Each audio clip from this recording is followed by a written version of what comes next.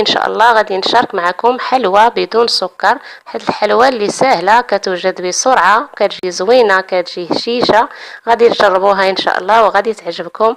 بلا ما نطول عليكم ندوزو مباشره للمقادير وطريقه التحضير.